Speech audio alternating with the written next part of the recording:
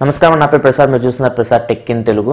Friends, మీరు ఒక PC కానీ ల్యాప్టాప్ కానీ కొనబోతున్నారా?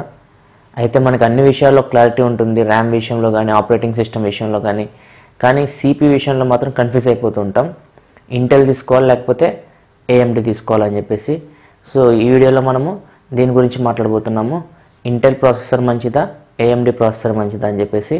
సో చూస్తూనే ఉండండి ప్రసాద్ టెక్ ఇన్ తెలుగు.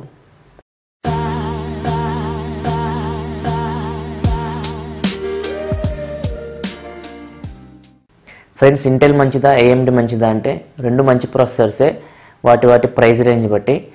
ఇప్పుడు మనం ఈ రెండు ప్రాసెసర్స్ని 3 కేటగిరీస్ కింద డివైడ్ చేద్దాం. ఫస్ట్ కేటగిరీ వచ్చేసి ప్రైస్, సెకండ్ కేటగిరీ వచ్చేసి పవర్ కన్జంప్షన్, థర్డ్ కేటగిరీ వచ్చేసి పర్ఫార్మెన్స్. సో ఫస్ట్ మనం ప్రైస్ గురించి చూస్తే మీకు ఏఎండి ప్రాసెసర్స్ మీకు చాలా తక్కువ ప్రైస్లో లభిస్తాయి. అండ్ ఇంటెల్ ప్రాసెసర్ వచ్చేసి కొంచెం ప్రైస్ ఎక్కువ ఉంటాయి.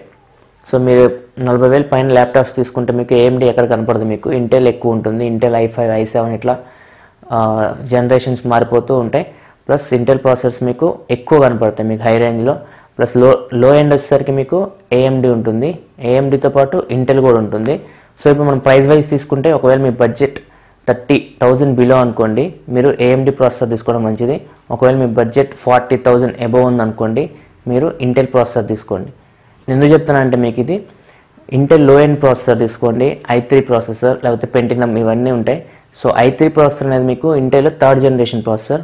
మీకు అదే ప్రైస్ రేంజ్లో ఏఎండి వాళ్ళది 5th జనరేషన్ ప్రాసెసర్ వస్తుంది, అది APU A8 అని.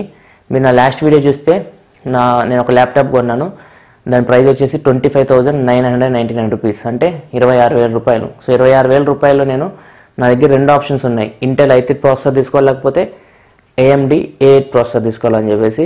నేను మాత్రం AMD A8 ప్రాసెసర్ తీసుకున్నాను. ఎందుకంటే AMD A8 ప్రాసెసర్ ఇంటెల్ i3తో కంపేర్ చేస్తే చాలా బెటర్ పర్ఫార్మెన్స్ ఇస్తుంది మీకు. ఇప్పుడు మనం ప్రైస్ విషయంలో కంపేర్ చేసుకుంటే, ఇంటెల్ లో ఎండ్ ప్రాసెసర్ వచ్చే ప్రైస్కి AMD యొక్క హై రేంజ్ ప్రాసెసర్ వస్తుంది మీకు. సో ఇక్కడ మీరు ఏదైనా ఒకటి పిక్ చేసుకోవాలనుకుంటే AMD పిక్ చేసుకోవడం మంచిది. ఎందుకంటే ఈ ప్రైస్ రేంజ్లో అంటే 30,000 బిలోలో మీకు AMD ప్రాసెసర్స్ మీకు మంచి పర్ఫార్మెన్స్ ఇస్తాయి. ఇది ఫస్ట్ ప్రైస్ కంపేర్ చేసుకుంటే. అండ్ నెక్స్ట్ వచ్చేసరికి మీ నెక్స్ట్ ప్రైస్ మీకు అబోవ్ 40,000 ఉందనుకోండి, కంపల్సరీ మీరు AMD వైపు అసలు చూడొద్దు. కంపల్సరీ మీరు ఇంటెల్ చూడండి, ఇంటెల్ i5 కానీ i7 కానీ ఇలాంటివి మీకు జనరేషన్ చూడండి. i7 మంచి ప్రాసెసర్. సో బెస్ట్ మీరు 40,000 అబోవ్ మీరు తీసుకోవాలనుకుంటే ఇంటెల్ i7 ప్రాసెసర్ తీసుకోండి. AMD అసలు చూడడం కూడా చూడొద్దు.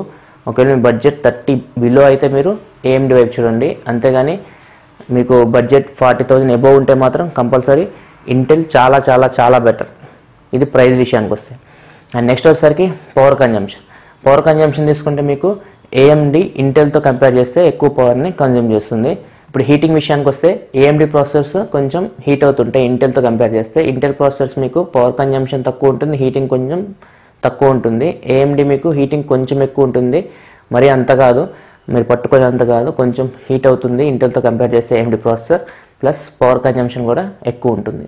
అండ్ నెక్స్ట్ కేటగిరీ తీసుకుంటే పర్ఫార్మెన్స్ విషయానికి వస్తే, మీకు రెండు ప్రాసెసర్స్ వాటి ప్రైస్ రేంజ్లో మీకు మంచి పర్ఫార్మెన్స్ ఇస్తాయండి. సో మీరు 30,000 బిలో తీసుకుంటే AMD మంచి పర్ఫార్మెన్స్ వస్తుంది. ఒకవేళ మీరు 40,000 అబోవ్ తీసుకుంటే ఇంటెల్ ప్రాసెసర్స్ మీకు మంచి పర్ఫార్మెన్స్ వస్తాయి.